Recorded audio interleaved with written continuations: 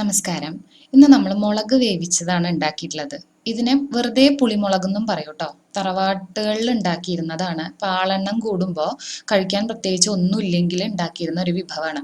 ഇതിലുണ്ടാക്കിയിട്ടുള്ള ഈ പുളി ഉണ്ടല്ലോ, അതിങ്ങനെ വെളിച്ചെണ്ണയിൽ കിടന്ന് മൊരിഞ്ഞ് മൊരിഞ്ഞ് മൊരിഞ്ഞ് ആ മൊരി പുളിയുടെ മൊരിക്ക് തന്നെ നല്ല എരിവും ഉപ്പും ഒക്കെ ആയിട്ട് അത് തന്നെ കൂട്ടി ഉണ്ണാനായിട്ട് സ്വാദാണ്.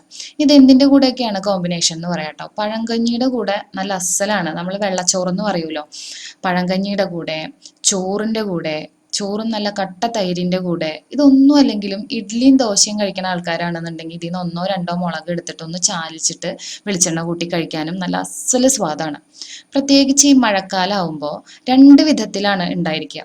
ചിലപ്പോൾ നമുക്ക് ഭയങ്കരമായിട്ട് വിശപ്പ് തോന്നി നല്ല നല്ല സാധനങ്ങൾ ഒരുപാട് ഐറ്റംസ് ഉണ്ടാക്കാൻ തോന്നും. പക്ഷേ ഈ മഴ പെയ്യണ സമയത്ത് ചിലപ്പോൾ നല്ല മടി വരുമ്പോൾ വായ്ക്ക് രുചിയുള്ള എന്നാൽ എളുപ്പത്തിൽ എന്തെങ്കിലും തട്ടിക്കൂട്ടി ഉണ്ടാക്കാൻ തോന്നും.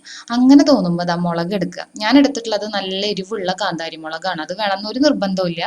ഏത് മുളക് വേണമെങ്കിൽ എടുക്കാം കേട്ടോ. ചെറുതായിട്ടൊന്ന് ഹോൾസ് ഇടുകയാണെന്നുണ്ടെങ്കിൽ ആ മുളകൊന്ന് കീറി ഇടുകയാണെങ്കിൽ അതിൻ്റെ ഉള്ളിലേക്ക് പുളിവെള്ളം പിടിക്കും. പിന്നെ ഒഴിച്ചു കൊടുക്കേണ്ടത് പുളിവെള്ളമാണ്. അതിപ്പോൾ മുളകിൻ്റെ എരിവിനനുസരിച്ച് ഇത് നല്ല എരിവുള്ള മുളകായതുകൊണ്ട് തന്നെ ഞാനിവിടെ നെല്ലിക്ക വലുപ്പത്തിൽ പുളി എടുത്തിട്ടുണ്ട്. എരിവ് കുറവാണെങ്കിൽ പുളി അതിനനുസരിച്ചിട്ട് കുറയ്ക്കുക.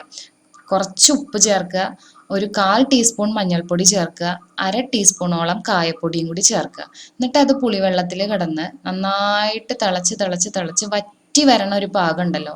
നമുക്ക് വറ്റീന്ന് തോന്നുമ്പോൾ നല്ല പച്ച വെളിച്ചെണ്ണ വേണം കേട്ടോ ചേർത്ത് കൊടുക്കാൻ. കാരണം ബാക്കിയുള്ള മുളകിൻ്റെ വേവ് എന്ന് പറയണത് മൊരിഞ്ഞ് കിട്ടണം. ആ മുളക് ഇങ്ങനെ മൊരിഞ്ഞ് കിട്ടുമ്പോഴാണ് അതിൻ്റെ ഒരു സ്വാദ്.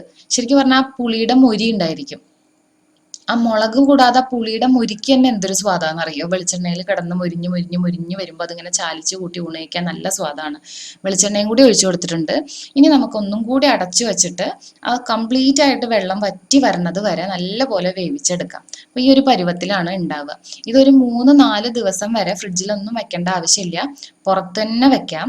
ഇതൊരു കഷ്ണം മതി ശരിക്ക് ഊണ് കഴിക്കാൻ വേണ്ടിയിട്ട്. ഒരു പിക്കിൾ ഫോമിൽ ഒന്നും ആക്കണ്ട. നമ്മൾ ഈ മുളഹ പച്ചടി എന്നൊക്കെ പറഞ്ഞിട്ട് മുമ്പ് കാണിച്ചിട്ടുണ്ട്. അത് വറുത്തൊക്കെ ഇട്ടിട്ട് കുറച്ചും കൂടി സമയം വേണ്ട ഒരു സാധനമാണ്. പക്ഷെ ഇത് അങ്ങനെ ഒന്നും അല്ലല്ലോ. വളരെ എളുപ്പമാണ് ചെയ്യാൻ വേണ്ടി. ഞാൻ നേരത്തെ പറഞ്ഞ പോലെ ആ പുളിയുടെ മുരി കളയരുത്. അതും കൂടി ചേർത്ത് വേണം ഈ മുളക് ചാലിച്ച് കഴിക്കാൻ വേണ്ടിയിട്ട്. അറിയുന്നവരുണ്ടായിരിക്കും. ആദ്യമായിട്ട് കേൾക്കണവർ എന്തായാലും ഒന്ന് ഉണ്ടാക്കി നോക്കൂ കേട്ടോ. ഇഷ്ടാവും.